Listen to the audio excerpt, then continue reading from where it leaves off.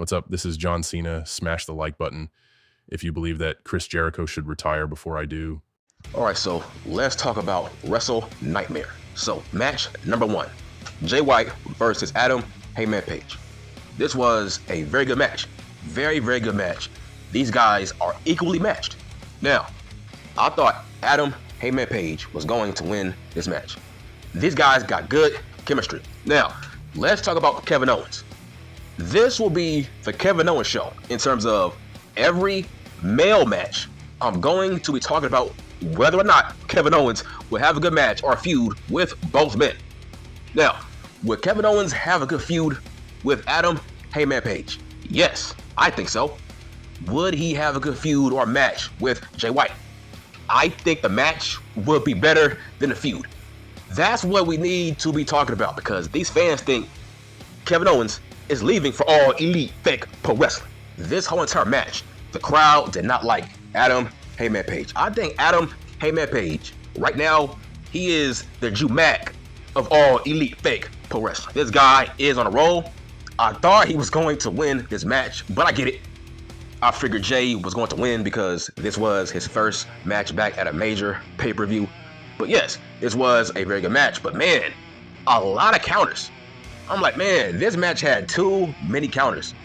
I don't know how many times Adam Page was teasing the buckshot Larry. I'm like, man, just do it, nigga, fuck. I'm like, bruh, just do it. I'm like, I saw maybe over 5 to 10 attempts on trying to do the buckshot Larry. I'm like, bruh, just do it. But if we are trying to add Kevin Owens to this trio, I think Kevin Owens would have a better program with Adam Heyman Page. With Jay White, I think that would be a boring ass feud. Based on, man, Jay White, he reminds me of Triple H.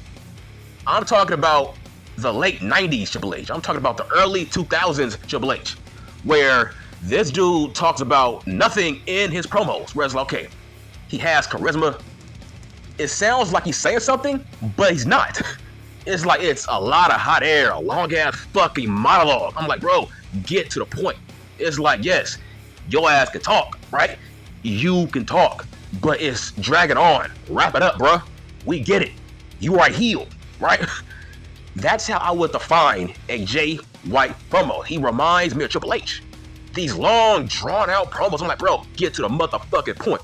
But it's very interesting, because now Jay White is now a good guy. Man, I gotta get used to that. Jay White as a good guy, I don't think Jay can pull it off. Based on his long, drawn-out, boring promos, it's like, yes, Jay White says nice things on the microphone, but he goes too long. It becomes long and drawn out, like a old school Triple H promo. But this was a good match. I like the part where Adam Page tried to do a buckshot lariat, and then it got countered into a Sister Abigail. So that was a very good move. Very nice finish. Now, do I think that OJ, the Juice Man, Robinson, is better than Jay White? Hell yeah. I'm like, man, it's not even close. Juice Robinson is way better than Jay motherfucking White. In fact, I think Jay made a huge mistake. I felt like Jay should have went to NXT. He made a mistake going to all elite fake pro wrestling, but this was a very good match.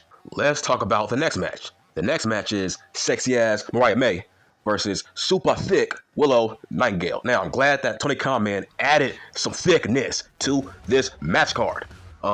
This was a very good match. Man, this May chick, man, she is very, very solid in that goddamn ring.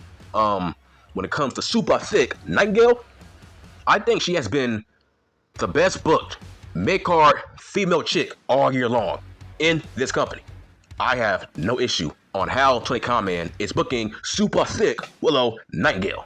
Man, she is a very good wrestler. Now, I do wish she was in NXT. Man, this chick would be a star if she was in NXT on a CW network. I saw this woman do a backflip.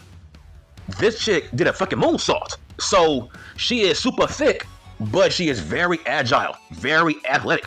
Go back and watch this match. This chick is super athletic for her size. Man, just imagine if she was in the World Wrestling Federation. Like, bruh, I've been watching fake pro wrestling since 1992, and I've never seen a girl her size do a moonsault off the motherfucking top rope. Let's compare that to Lita. Lita is very slim, right? This chick is bigger, and she can do a moonsault off the goddamn top rope. That was the most impressive move in this match. I don't care that she missed. Who cares? That's insane that a woman her size can do a moonsault. But this was a very good match. I think sexy ass Miss May is on a hot roll, and I did not expect super thick Nightingale to beat Miss May.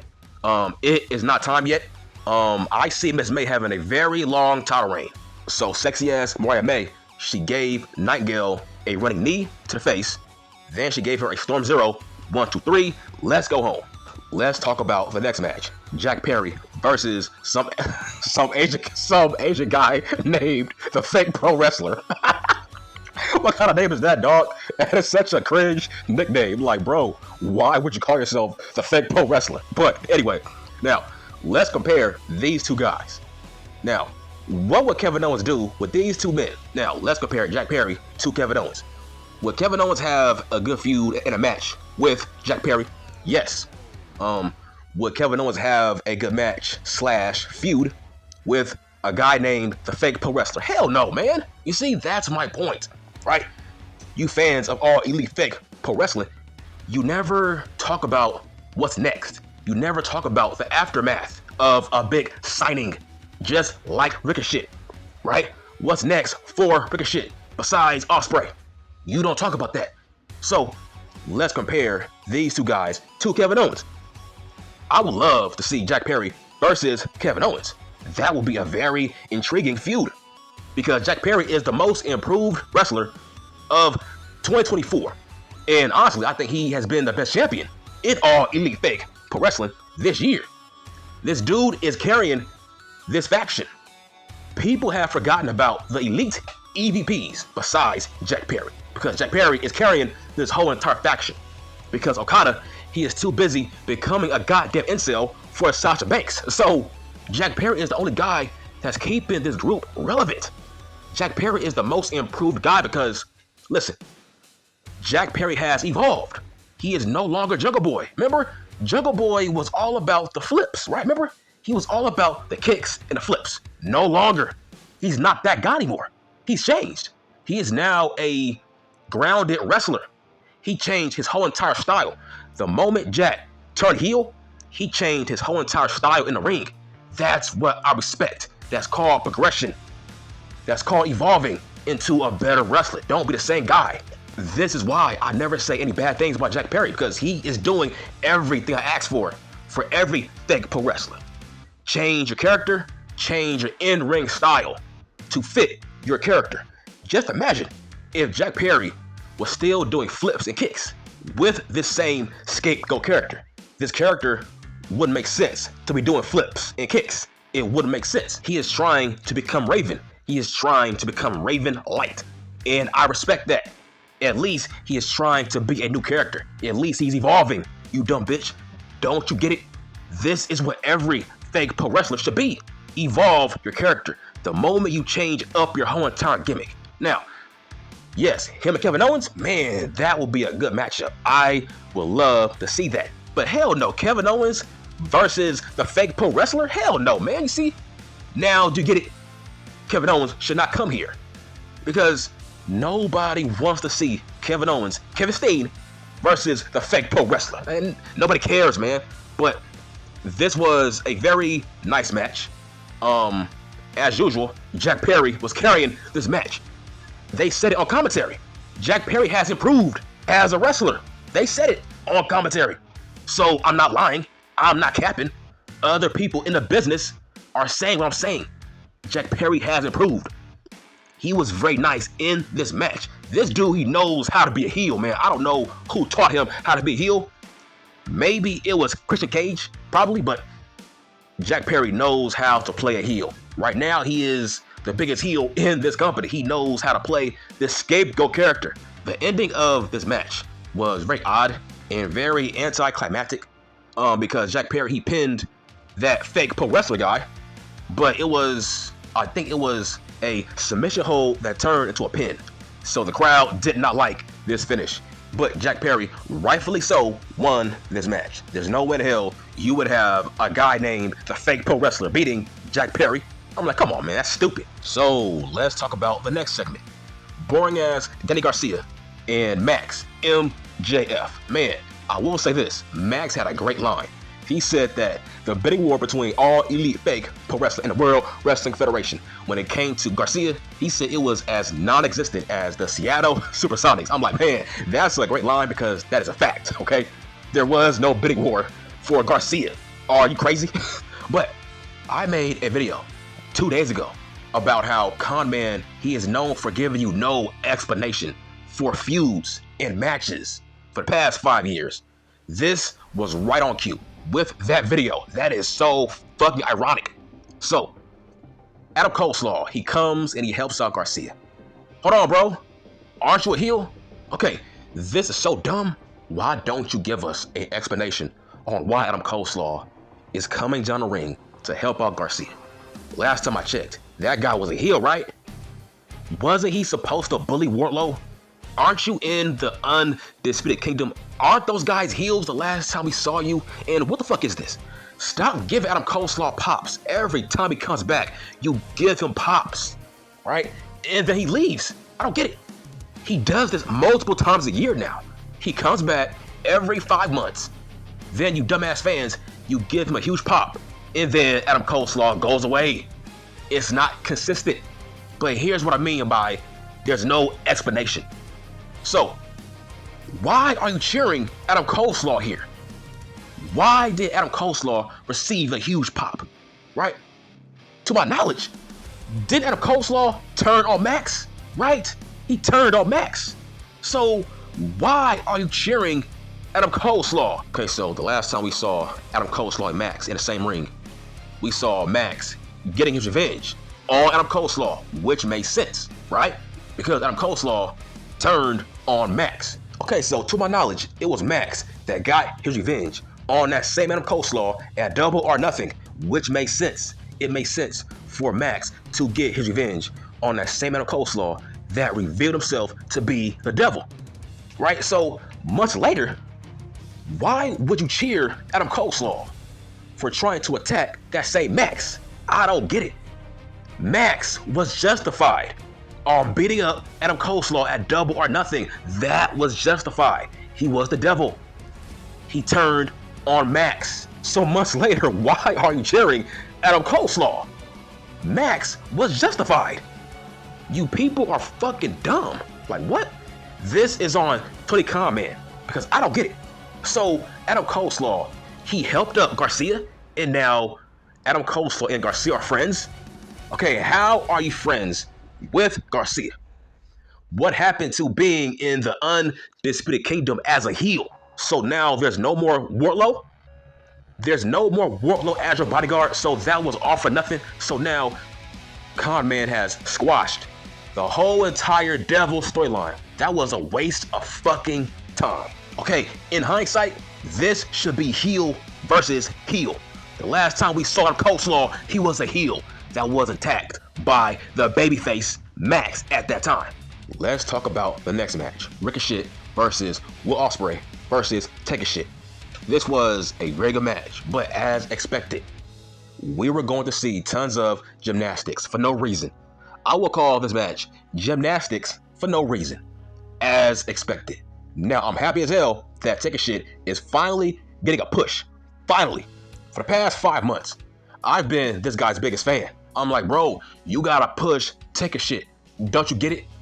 If this guy was under Shawn Michaels, he would be a world champion. I would say Take a Shit was the most impressive in this match because he was the biggest guy in this match. Those two other guys, all they did was tons of gymnastics. And Take a Shit had to just stand there and just take it, right? Take a Shit tried to fit in because those two guys, all they wanted to do was flips, dives, and kicks. That's all they wanted to do was just flips. Take a Shit was trying to wrestle. Those two other guys were trying to do gymnastics. I'm like, bro, this ain't the indies. This is real pro wrestling on TV, okay? Act like it. This ain't the fucking indies. And as expected, we saw reverse poison ranas. We saw tons of flips. And I knew they were not going to sell the Poison Rana. I will say this. It seems like Ospreay is taking a lot of AJ Styles moves. So maybe I figured that has to be his idol. I'm sorry, that has to be his all-time favorite wrestler. Because this dude does the phenomenal forearm. He does the Styles Clash. He does remind me of the young AJ Styles from the early TNA. This match was all over the place. I call it a damn spot fest. A spot fest just to get the fans jerking off. Really, this whole entire match was a spot fest to pop the audience. They were barely wrestling. Like I said, Take a Shit was doing all the legwork. He was doing all the wrestling. Ricochet, his job was to sell. That's it. His job was to do flips and just sell. So the outcome of this match made me think like, damn man, what a dumb move. Why would you come here, Ricochet? What has changed? Nothing. Nothing has changed with Ricochet in this company. Bro, you lost, right? He lost. So what has changed? If this was on Raw, guess what? Ricochet would still lose. If this was SmackDown, Ricochet would still lose, right? If this match took place on Raw and SmackDown under Triple H, fun fact, Ricochet would still lose. So what was the point of coming here? You ain't no star, Ricochet. Just calm down, man. You are a solid mid-card guy. I'm like, man, why would he leave super thick Samantha Irvin by herself on Raw? For this? Crazy, man. Also, I'm glad that Take a Shit won this match. Very well deserved. And I'm glad that Kyle Fletcher turned on Ospreay. That was great shit. But let's get back to the Kevin Owens show. How would Kevin Owens fare against these three men? Like I said, we have to dissect each guy on this card. If you want Kevin Owens on this roster, okay, let's dissect each opponent. What if Kevin Owens faced Ricochet? Okay, we've seen that. Been there, done that. Okay, what if he faced Ospreay? Okay, that would be a good match, but I think it would be a boring ass feud. What if he faced Take a Shit? I think that would be a good match.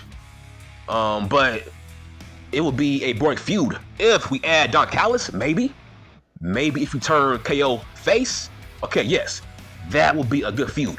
If KO was the feud with the Don Callis family, okay, that would be good shit. But overall, I'm glad that Tony Khan man finally woke up. He is finally pushing Take a Shit, a big guy. That is shocking. Maybe Con Man is finally trying to listen to reason for once. Let's move on to the next match. Hologram versus a guy named The Beast, fucking Mortos or some shit. This was a very good match. It was a typical Lucha Libre match. I was not shocked that Hologram won. Why? Because he is a small man. Tony Khan man loves small men. Mortos is a big guy. Obviously, he was going to jump out, and now Hologram is now 15-0. That is not realistic. Why would a small man like that be beating these monster men, these big guys? I don't get it. The next match, Darby Allin versus Brady King. This was a very physical match. Man, Darby Allin got his ass whooped in this match, as expected. These guys got good chemistry, but my biggest fear with Darby is I think once he gets to a certain age, he's going to end up like Matt Hardy and Jeff Hardy when it comes to the quality of his matches. Because, man, you can't keep taking all this punishment at this age and think you are going to last as a very good wrestler when you hit the age of 40. It's not going to happen. Because let's be honest, I think Jeff, he fell off at age 40. That's when his matches were like so trash and just fucking boring because his body just broke down based on those damn stunts he did in TNA and World Wrestling Federation, him and Matt Hardy. So I think that's going to be Darby Allin. Once he gets to the age of 40, man, he's going to have trash, boring ass matches that are going to match Jeff Hardy. Once Jeff Hardy reached the age of 40, that's when his matches were trash. He was boring, he fell off. Just like the last 5 years of his career in the World Wrestling Federation and in All Elite Wrestling. That's why Con Man did not resign him. And all these crazy ass stunts that Darby keeps on doing, he's going to be like Matt and Jeff Hardy. The moment he gets to the age of 40, he's going to have unwatchable matches just like Matt and Jeff Hardy. Go back and watch all the matches that Jeff and Matt had in All Elite Fake Pro Wrestling. You can't go back and watch because they are unwatchable because their bodies are just broken down. That's going to be Darby Allin if he keeps up this damn style. But the winner in this match was Darby Allin, as expected. I mean, come on, man. It's his hometown. So, obviously, Darby was going to beat Brady King. But this was a very good match. Very, very physical. Let's move on to the next match. The Bucks versus Private Party. This was a very good match that had tons of gymnastics. I gotta say this, man. Tons of gymnastic shit in this match. And I blame the Bucks. I don't blame Mark Quinn and Isaiah Cassidy. They had a very good match. It's just, man, every Bucks match, it's the goddamn same. Tons of gymnastics. But I just wish these two guys were under the care of Shawn Michaels. These two men should be in NXT. They will be stars. They will be the next MSK. They can beat Axum and Nathan Frazier. That's how good this tag team is. I got mad love for Isaiah Cassidy and Mark Quinn. Those guys are talented guys. It's just, they are in the wrong company. I did not like the fact that before the match, the Bucks buried Isaiah Cassidy and Mark Quinn on the microphone, calling them a mid-card act. Okay, if you are going to bury them on a microphone before the match starts, that means that they should win. Because if they lose, that means they have proven you right. And who wins, really? Right? They don't win. They get buried even more. I don't get it, because why would you push Anthony Bowens and Matt Caster, but not Private Party? They have been here since day one. Not the Acclaimed. It's been Private Party. They've been here since day one. And they can't catch a break. If the Street Profits ever faced Isaiah Cassidy and Mark Quinn, it would be like that Spider-Man meme where it was two Spider-Mans, because those two teams are very similar. I would love to see them wrestle in the World Wrestling Federation, having matches on SmackDown, Raw, NXT, etc. That would be a good feud because both teams are very similar. But to get back to this match, Isaiah Cassidy and Mark Quinn, they lost to the Bucks, so which means they got to go to the back of the line. I'm like, how many times are they going to go to the back of the line here? Now, let's move on to the next match. Mark Briscoe versus boring-ass Chris Jericho. This was a very good match. Solid, but I did not care about this match because I don't care about the Ring of Honor Championship. This match is irrelevant. But I am glad that Mark Briscoe is getting TV time every week. I do like that, so it's good to see Mark Briscoe getting shine on major pay-per-views against big names like a Chris Jericho. But in 2024, I don't care about Chris Jericho matches, man. He has go-away heat as we speak. He needs a part-time schedule. But Mark Briscoe won this match, rightfully so. Should you go back and watch this match? Hell no. This match was solid, but hell no, I'm not going back to watch this boring-ass match. But I do love me some Mark Briscoe. He just needs a better opponent. That's not Chris Jericho. He was doing all the legwork in this match to keep it entertaining. That's the issue. People have to carry Chris Jericho to good matches in 2024 and beyond. So, thankfully, the last match on the card, Daniel Bryan versus Dean Ambrose. I'm not going to say this was a good match. This was a typical Daniel Bryan match that he would have against Dean Ambrose. Man, I'm shocked. There was no blood in this match. I'm like, holy shit, what is the world coming to? There's no blood in a Dean Ambrose match in a main event against Daniel Bryan. I was shocked. Also, this match was too damn long. What is the point of having these long ass matches with Dean Ambrose? He's not fun to watch, okay? What makes you think we want to see a damn near 40-minute match with Dean Ambrose? I'm like, that is torture. Like, are you trying to drive away viewers? He's not that good in the ring. Less is more when it comes to Dean Ambrose. I don't like watching Dean Ambrose wrestle. He's boring. He's a boring brawler. He's not Stone Cold Steve Austin. That's my point. But as expected, listen, I'm always right when it comes to fake pro wrestling. I told you all that Wheeler Useless was going to fall in line, which he did. So Dean Ambrose did beat Daniel Bryan for the world title. I said that Dean Ambrose will retire Daniel Bryan, which he did. But after the match was the real talking point. So the BBC, they came out and they beat up Daniel Bryan. And then Darby Allin and Wheeler Useless came out to help Daniel Bryan. And then that's when Wheeler Useless fell in line and he rejoined the BBC. And he turned on Darby Allin and he turned on Daniel Bryan. Like I said, this group is a cosplay version of the Bloodline. Wheeler Useless, he is Jey Uso. That's who he is. And Daniel Bryan is Sami Zayn. I knew that Wheeler Useless was going to fall in line, like I said last week in my videos. This was very predictable. Wheeler Useless, he grabbed a bag, a plastic bag, and he wrapped it around Daniel Bryan's face. And he tried to choke out Daniel Bryan with the plastic bag. I'll admit, that is a crazy heat spot. But man, we've seen Dean Ambrose do it. Unless that's their new gimmick. That's their new shtick. Choke out somebody with a goddamn plastic bag. Maybe that's the new gimmick for the BBC. But this was a very decent ending.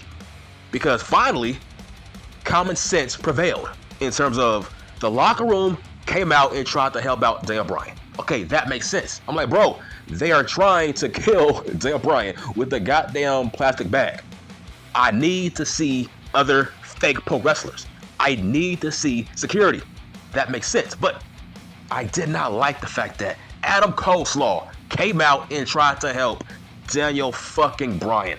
The same man who was the devil, who turned on Max not that long ago. What are we doing here, man? How come we are not continuing common sense with these stories? What happened to Willow and Adam Klaw? What happened to that story? What happened to the Undisputed Kingdom? Those guys are heels, right? I thought Adam Klaw was the leader of that group. What's going on? I need logic. I need an explanation. That's why all my videos make sense. 2 days ago, I made that video.